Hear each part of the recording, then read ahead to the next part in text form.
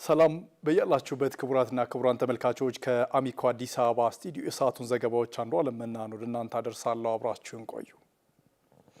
የኢትዮጵያ አየር ኃይል 9ኛ ዓመት የሰላም አምባሳደርነትን በሚያሳይ መልኩ እንደሚከበር የኢትዮጵያ አየር ኃይል ገልጿል። የምስረታ ቀኑን በአየር ኃይል ትርኢት፣ በአቪዬሽን ኤክስፖ፣ በአየር ኃይሎች ፎረም እና በህዝባዊ ውይይት እንደሚከበር ተገልጿል።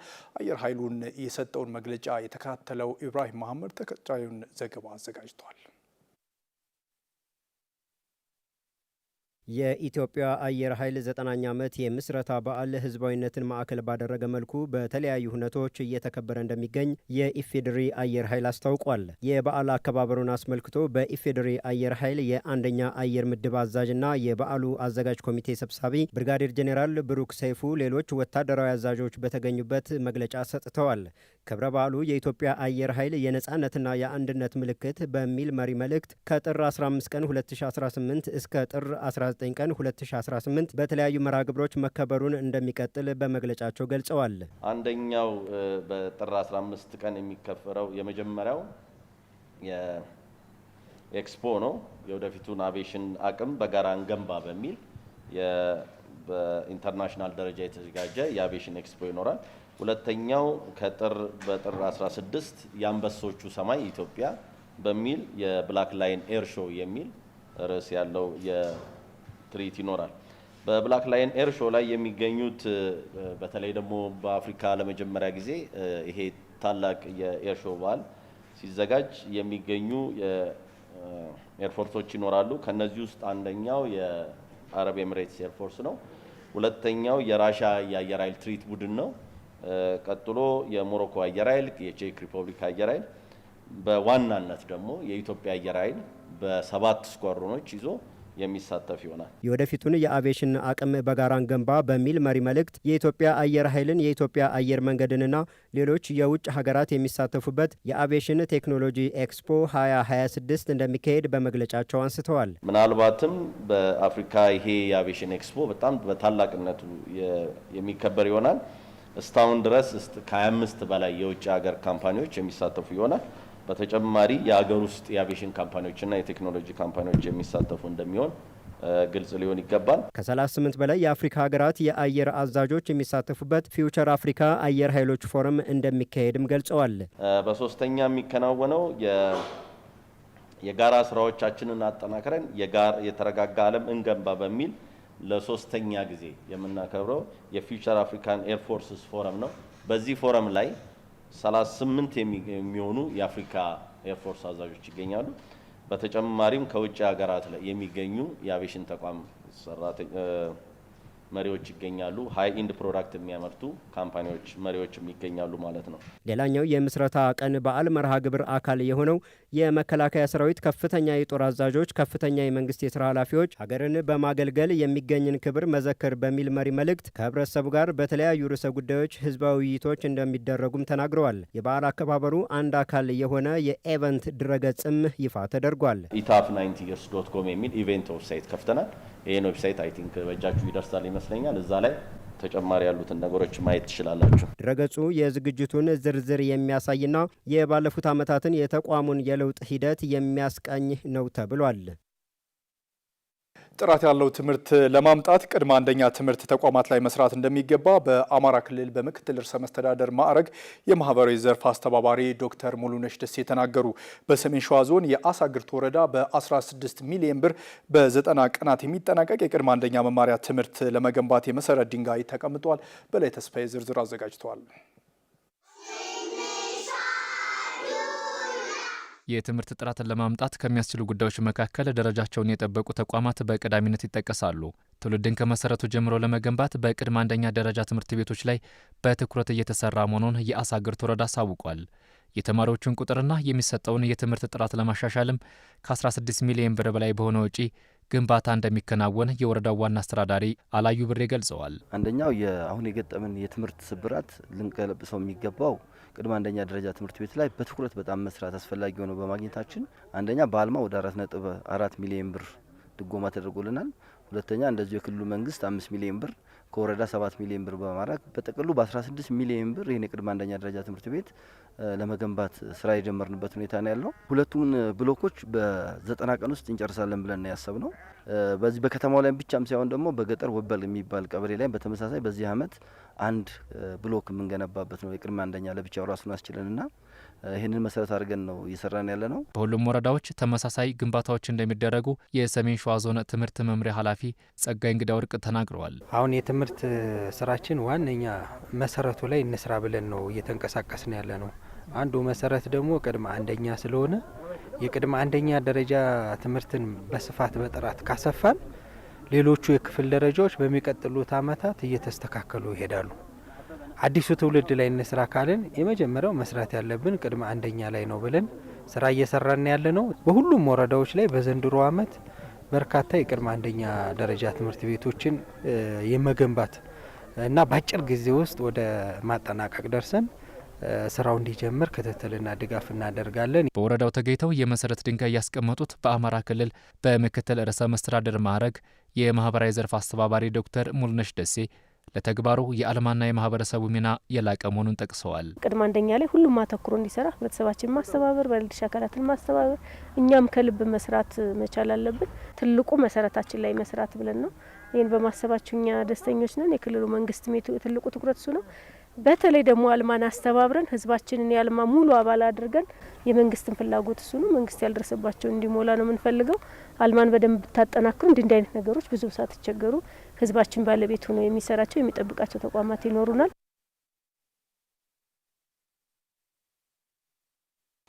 በዘንድሮው የመስኖ ስራ ከ4100 ሄክታር በላይ ማሳ በመስኖ እንደሚለማ የደብረ ብርሃን ከተማ አስተዳደር ግብርና መምሪያ ገለጸ። በዘንድሮ የመስኖ ስራ ቴክኖሎጂ የመጠቀም ልምድ እያደገ መምጣቱንም መምሪያው ገልጿል። ለዓለም ላይ ኮን ዝርዝር አለው። ደብረ ብርሃን ከተማ በዘንድሮ የበጋ መስኖ ስራ ከ4100 ሄክታር በላይ እንዳጠቃላይ ይለማል። ከዚህ ውስጥ ደግሞ 4000 የሚሆነው በስንዴ የሚሸፈን ነው ብለዋል የግብርና መምሪያው ኃላፊ አቶ መርሻ አይሳ ነው። በዛሬው ዕለት በከተማ አስተዳደሩ በጫጫ ክፍለ ከተማ የበጋ መስኖ ስንዴ የዘር ማስጀመሪያ ንቅናቄ እየተካሄደ ነው የሚገኘው። ለከተማ አስተዳደር 4180 ሄክታር በመስኖ ለማልማት አቅደን እስካሁን ባለው ሁኔታ 91%ቱን በእርሻ ስራ በማከናወን ወደ 61% የሚሆነውን አጠቃላይ የዘር ስራ እያከናወን ያለንበት ሁኔታ እንዳለ ለማንሳት ነው። ስንዴን የማምረትና መስኖን ተጠቅሞ ተጨማሪ ምርት ማግኘት ከአንድ አርሶ አደር ምርት የማምረት ጉዳይ የተሻገረ ነው። ይሄ ለኛ ሀገር ስንዴ ከማምረት በላይ ነው። ስንዴ አምርተን ለገበያ ማቅረብ፣ ስንዴ አምርተን ኤክስፖርት ማድረግ ብቻ ሳይሆን ለዘመናት የምንታወቅበትን የድህነት ታሪክ፣ የልመና ታሪክ ስንዴ ለምኖ የመብላት ታሪካችን የሚቀይርና የሉዓላዊነት ጉዳይ ነው።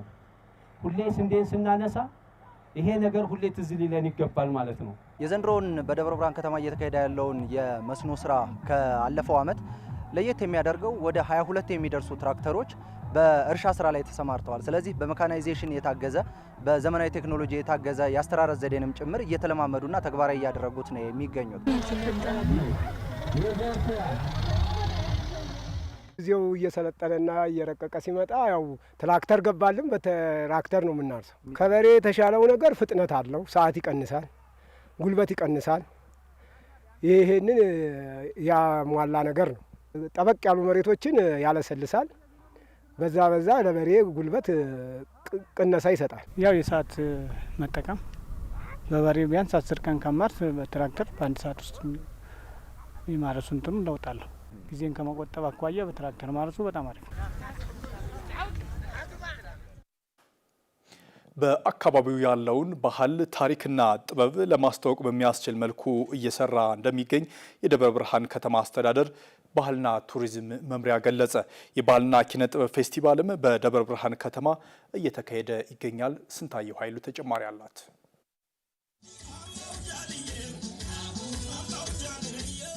በደብረ ብርሃን ከተማ አስተዳደር የባህል ፌስቲቫል ዝግጅት እየተከናወነ ነው የሚገኘው። በዚህ ሁነት ላይ የሚሳተፉ ተሳታፊዎች ጥበብ ነክ የሆኑ ባህላዊ ስራዎቻቸውን ያቀርባሉ። እነዚህን ስራዎቻቸውን ደግሞ ሲያቀርቡ ያላቸውን ተሰጥኦ ያሳያሉ። ተሳታፊዎቹ መካከል ደግሞ ስለነበራቸው ዝግጅትና ከዚህም ፌስቲቫል ስለሚጠብቁት ጉዳይ አንዳንድ ነገሮችን ከነሱ ጋር ቆይታ እናደርጋለን። ይሄ ምንድነው? እነዚህ ለካፌዎች፣ ለሆቴል እንዲሁም ደግሞ በረንዳ ላይ ተጠቀመው ላይት ከቃጫ ነው የምንጠቀመው። ኖርማሊ ኤሌክትሪክ ገመዶች አሉ። እነዚህ የግርግዳ ጌጦች ናቸው። ለካፌዎች ፌስቲቫል መዘጋጀቱ በየቦታው ያለ ሰው ቢያንስ ቦታችን ላይ መጥቶ ያላገኘን ሰው መጥቶ ያገኘናል። አንድ ከዛ ደግሞ ባህሉንም እያስተዋወቀን ነው። ከዛ ደግሞ መማር መሰልጠን የሚፈልጉ ሰዎች ደግሞ እኛን እዚሁ ያገኙናል ማለት ነው። ቀን በቀን የተለማመድ ነው። በቃ ሁሉንም ስራ አሪፍ አድርገን እንደሰራን አስባለሁ። የዝግጅታችን በጣም ደስ የሚል ነበረ። ብዙ ጊዜ ለፍተንበታል። ለወራት ስንለፋበት የነበረ ነው። ከባህልና ቱሪዝም ጋር በመደጋገፍ ስራዎችን ስንሰራ ነበር እና ይህንን ፌስቲቫል በማዘጋጀታቸው በጣም ለኛ ጥሩ እድል ነው።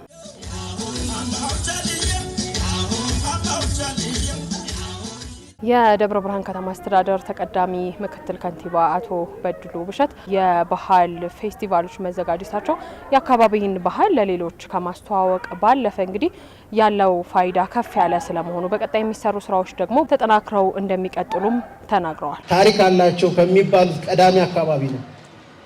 ይህን ታሪክ አላወጣ ነው።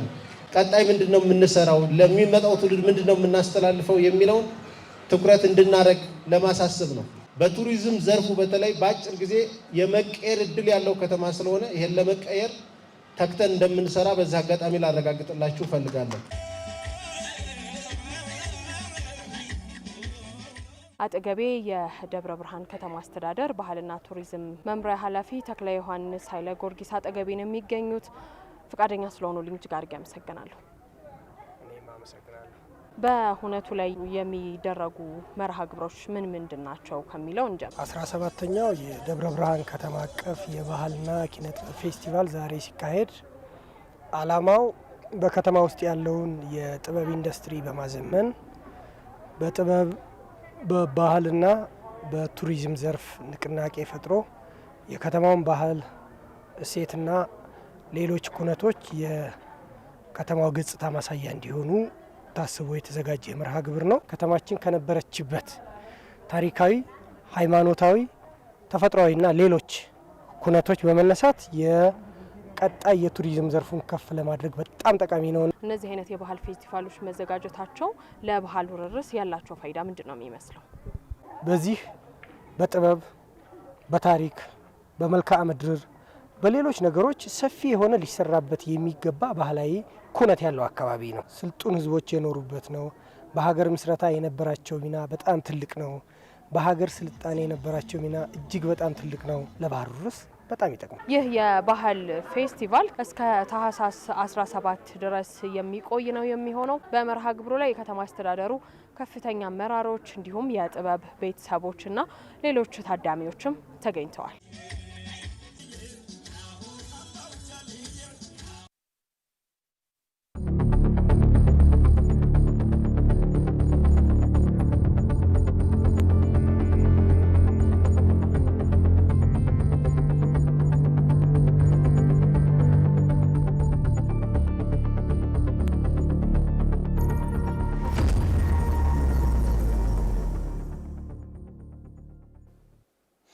የባህር በር ለኢትዮጵያ የልማት ፍላጎቷን የምታሳካበት በር በመሆኑ ይህንን ጥያቄ ማስመለስ የትውልዱ ታሪካዊ አደራ ነው ሲሉ ሚኒስትሮች ተናገሩ። ጥያቄው ኢትዮጵያ የሚገባትን ስፍራ እንድታገኝ የሚያደርግ በመሆኑ ኢትዮጵያውያን እያደረጉ ያሉትን ትብብር አጠናክረው እንዲቀጥሉም ጥሪ አቅርበዋል። ተጨማሪውን አብረን እንከታተል። Ethiopia, the most populous landlocked nation in the world. ኢትዮጵያ ካላት ታሪካዊ የባህር በር ባለቤትነት አንጻር ለቀይ ባህር ካላት ቅርበትና በቀጠናው ሰላምና ደህንነት የማስጠበቅ ሚናዋ ጋር ተዳምሮ የባህር በር ይገባኛል ጥያቄን ማንሳት ከጀመረች ውላ አድራለች። ታዲያ ይህ ጥያቄ በተለይም በኢኮኖሚ ዘርፍ እንደሚሰራ መሪ የባህር በር ምን ያክል አንገብጋቢ እንደሆነ ማስገንዘብ ፈልጋለሁ ሲሉ የገቢዎች ሚኒስትሯ ወይዘሮ አይናለም ንጉሴ ለአሚኮ ተናግረዋል። የኢትዮጵያ ኢኮኖሚ በጣም እያደገ ያለ ኢኮኖሚ ነው። ኢቭን በብዙ ፈተናዎችም ውስጥ ሆኖ እድገትን እያስመዘገበ ያለ ኢኮኖሚ ነው። ስለዚህ የኢኮኖሚ እድገት እና የህዝብ እድገት በአጠቃላይ የሚፈልገው የሎጂስቲክስ አቅም አለ። ኢትዮጵያ ደግሞ ይህንን ጥያቄ አሁን ለዓለም በይፋ ስታቀርብ ወይም ደግሞ ስታሳውቅ መሰረታዊ የሆኑ የኢትዮጵያን ጥያቄ ሊደግፉ የሚችሉ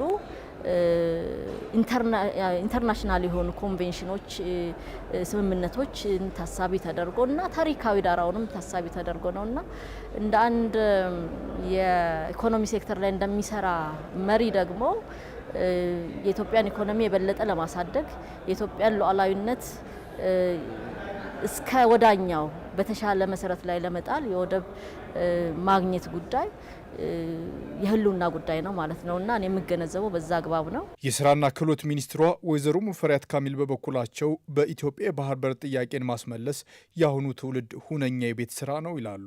የመጀመሪያው የባህር በር የባለቤትነት ጉዳይ የኢትዮጵያና የኢትዮጵያውያን እውነት መሆኑን መገንዘብ ያስፈልጋል። እንግዲህ ኢትዮጵያውያን የሆኑ ሁሉ ኢትዮጵያ የምትተነፍስበት ሳንባ የልማት ፍላጎቷን የምታሟላበት መንገድና በር የሚያስፈልጋት መሆኑን መለያየት ካለ እዚህ ላይ ጥያቄው ሌላ ነው የሚሆነው ማለት ነው። ነገር ግን ይሄ ትውልድ በአንድ በኩል እድለኛ ትውልድ ነው፣ በሌላ መንገድ ባላደራ ትውልድ ነው።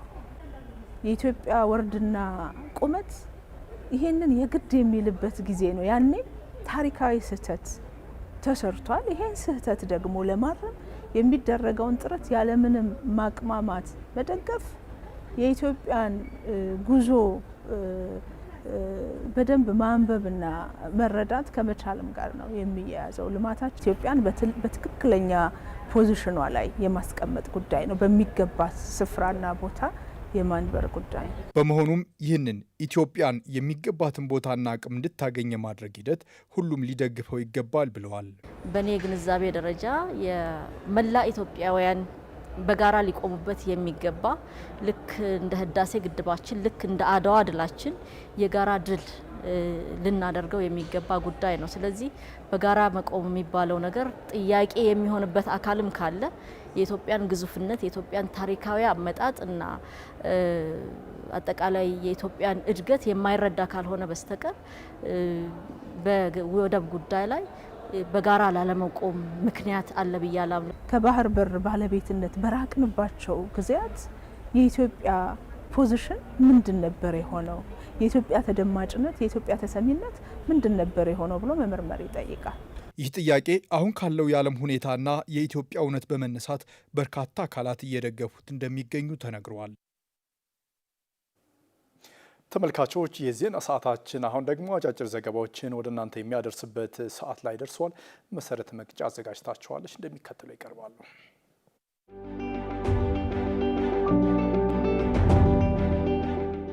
የግብርና ምርቶችን የገበያ ተደራሽነት ማስፋት የሚያስችሉ የተሟላ መሰረተ ልማት ያላቸው የተቀናጀ የኢንዱስትሪ ፓርኮች ግንባታ እየተከናወነ መሆኑን የኢንዱስትሪ ሚኒስትር መላኩ አለበል ገለጹ።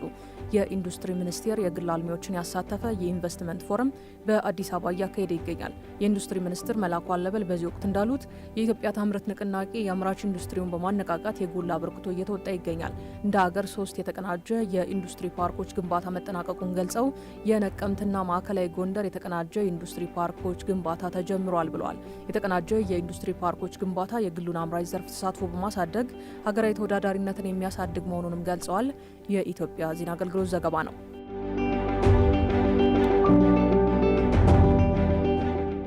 ታላቁ የኢትዮጵያ ህዳሴ ግድብ ዳግማዊ አድዋ በመሆኑ መላው አፍሪካውያን ሊያዩት የሚጓጉለት ትልቅ የቱሪዝም መስህብ ነው ሲሉ የቱሪዝም ሚኒስትር ዴኤታ ስለሺ ግርማ ተናገሩ።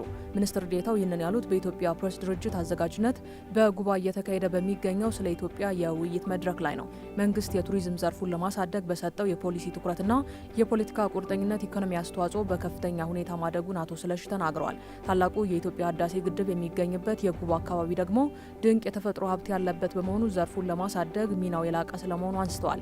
ግድቡ ሁሉም የህብረተሰብ ክፍል ሊጎበኘው የሚመኘው የራሱ ታሪክ ያለው ቅርስ፣ ድንቅ የግንባታ ጥበብ የታየበት ግዙፍ ፕሮጀክት ነው ሲሉም ገልጸውታል። ከ70 በላይ ደሴቶችና ከፍተኛ የሆነ የአሳ ሀብት ያለው በመሆኑም ከፍተኛ ገቢ ማስገኘት የሚችል መሆኑን ሚኒስትር ዴኤታው መናገራቸውን የኢትዮጵያ ብሮድካስቲንግ ኮርፖሬሽን ዘግቧል።